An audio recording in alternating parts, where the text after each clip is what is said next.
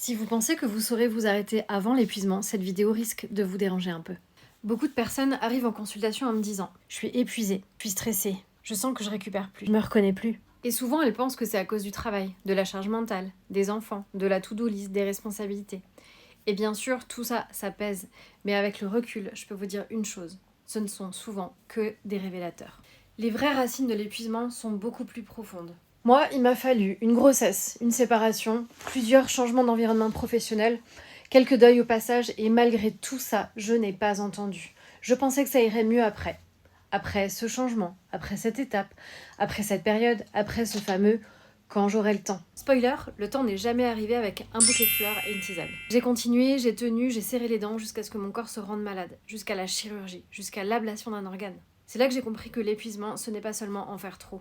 C'est aussi et surtout la manière dont on s'est construit.